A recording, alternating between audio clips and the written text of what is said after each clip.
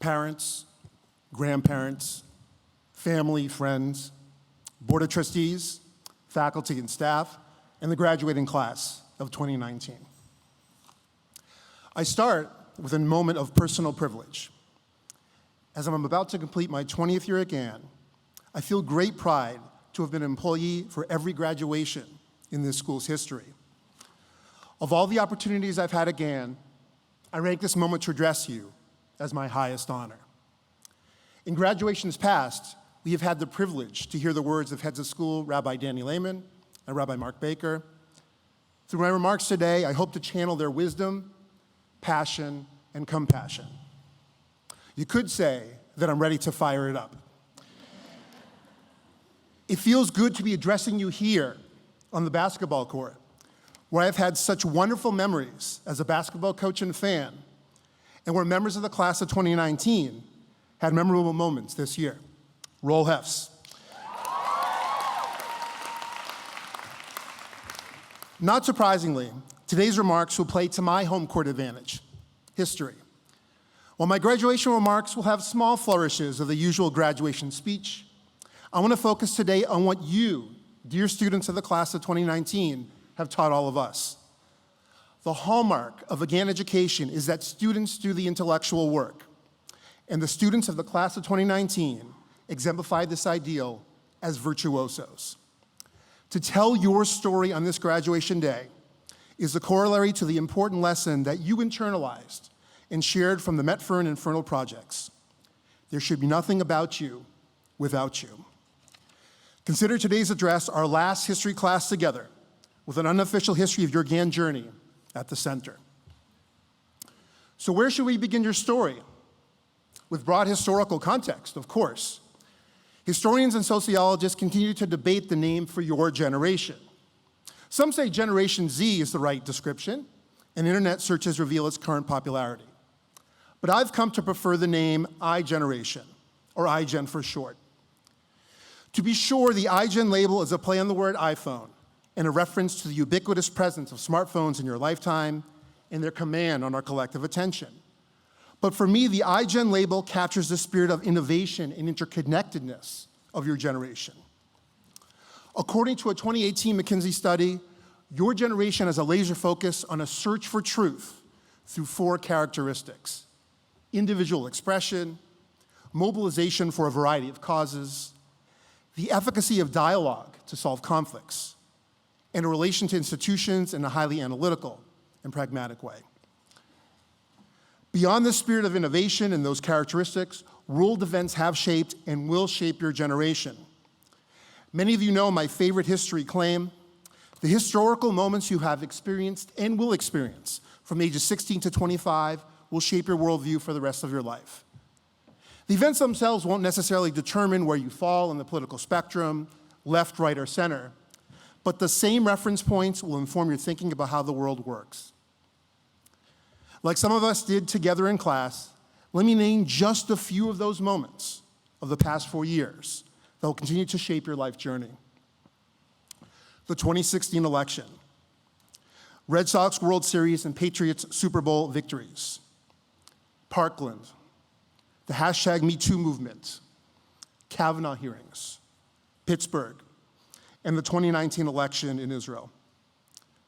The Boston sports victories aside, the items on this list challenged, exhausted, and yes, sometimes overwhelmed me as a teacher.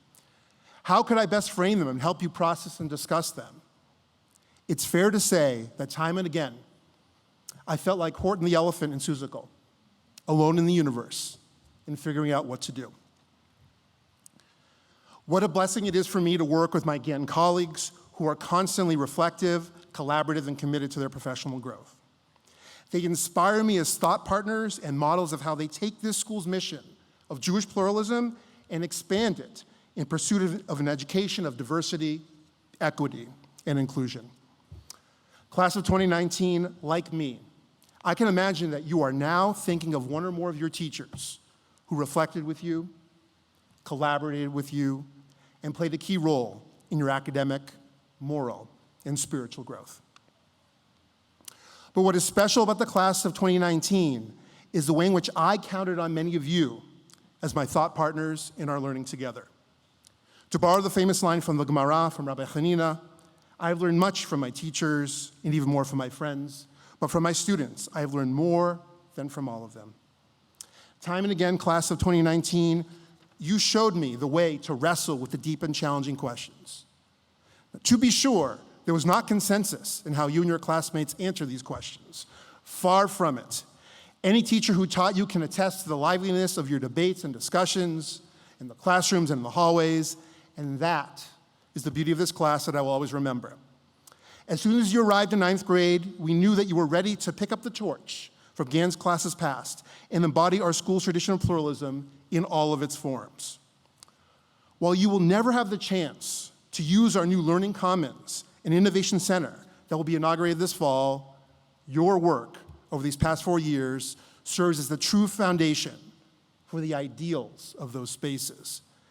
In fact, you as a class have not only upheld the greatest of Gann traditions, but have also been the pioneers of new ones at the heart of the Gann experience. So now that I've made my bold historical claim about you, what is my evidence? As 10th graders, you embody the pioneering tradition of our school by being a part of our inaugural My Israel experience. As a member of the Israel education team who imagined this new vision, I watched with pride during my travel time with you as you made the words of Herzl ring true again, Im tirtzu en zo agada. If you will it, it is no dream. With an intensive itinerary that took you throughout the country, you took your belongings and packed, and unpacked, and packed, and unpacked, time after time, place after place. What a proper metaphor this physical packing and unpacking was for the unpacking of meaning that you took from the experience. In particular, I cherish deeply the memory of celebrating Shavuot with you in Jerusalem through the tradition of Tikkun Leil Shavuot, the ritual of all-night study. In true Gann fashion, there were multiple options in how one could mark Shavuot, secular to religious, all representing a slice of our pluralism. In my small group, it was magical walking the holy, ancient streets of Jerusalem, eavesdropping as you shared your connections to Israel and hopes to spend future time there. Reminded of the tradition that the heavens open up on Shavuot night during the Tikkun all-night study, I felt that opening of heaven that night, and it was such a privilege to experience those moments with you. The sense of Tikkun repair extended to your pioneering work as 11th graders in the history classroom. Your work on the history of the Furno School in particular, and disability in America more broadly, led to a remarkable exhibit at the Charles River Museum of Industry and Innovation. You uncovered an often hidden and shunned history and made it part of a national conversation. As you noted poignantly in the New York Times op-ed by members of your class, this history is all around us, even next door. Our school is stronger for knowing our nation's past, and just as importantly, our neighborhood's past. Your research enlightened our understanding and touched the families of those impacted by it. Think of the gravesite memorial service that you conducted and the meaning that it brought to the families included. But you also impacted your teachers deeply with your thoughtfulness and dedication to the project. Mr. Cadden described how you built a community of disability educators and local activists who benefited from your deep discussions on the definition of disability and your day-to-day ownership and attention to detail with the project. Alex Green described your confrontation with words like justice, rights, equality, and inclusivity, and your work as a clarion call to do something about the issues of disability and its history. He noted how you embraced the difficult moments and emboldened teachers to be ambitious and believe that the project could have a change in the world. As Alex Green shared with me, quote, "I am happy to walk with them wherever they go," a sentiment shared by many in this room today. As 12th graders, you were pioneers again, serving as powerful student leaders in a time of leadership transition in our school. So many of your accomplishments and talents brought our community together. NEPSAC soccer, MIMO and MBIL basketball victories, mock trial, stunning individual and group dance performances, theater and art, and the music of the Grateful Dead. Your initiatives made our community more environmentally conscious, including the installation of solar panels and public education about water bottle use. Your student government leadership framed the school experience at each Hakel, raised student voices to share their diversity of experiences with our community, and incorporated student feedback to put it into action throughout the school. But for me, your senior Shabbaton was a perfect capstone. From a spirited Kabbalat Shabbat, through the joyful dancing and singing, through and post Havdalah, you exemplified the best of what our pluralistic community can be, breaking down barriers and walls between you, literally breaking through walls in one case.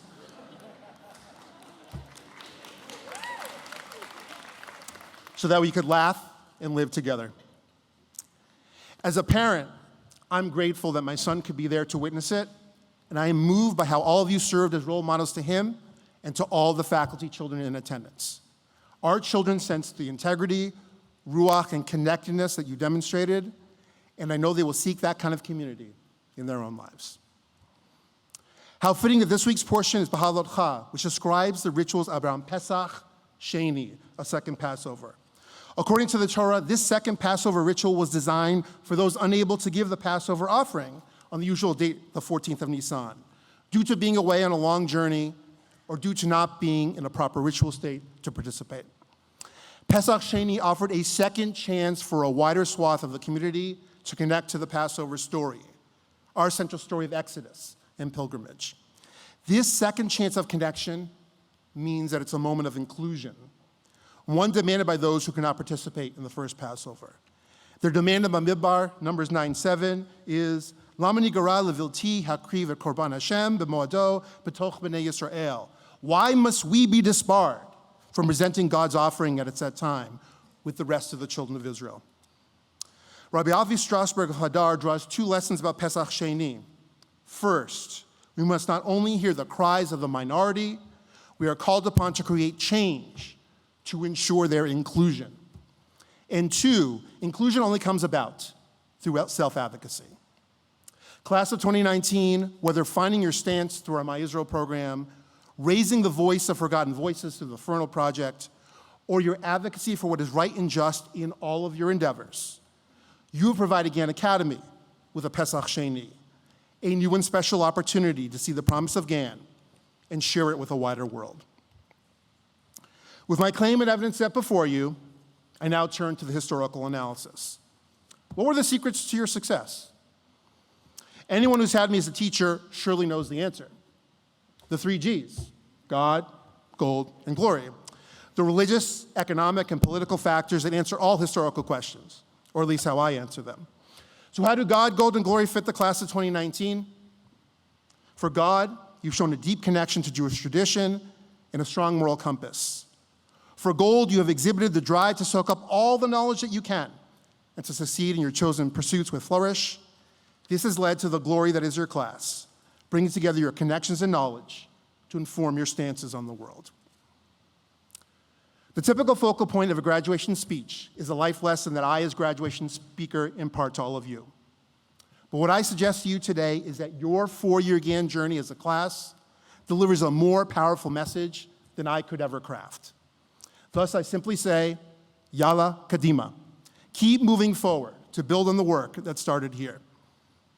Today, I have drafted the first chapter of your story, but the rest of the story is still unwritten.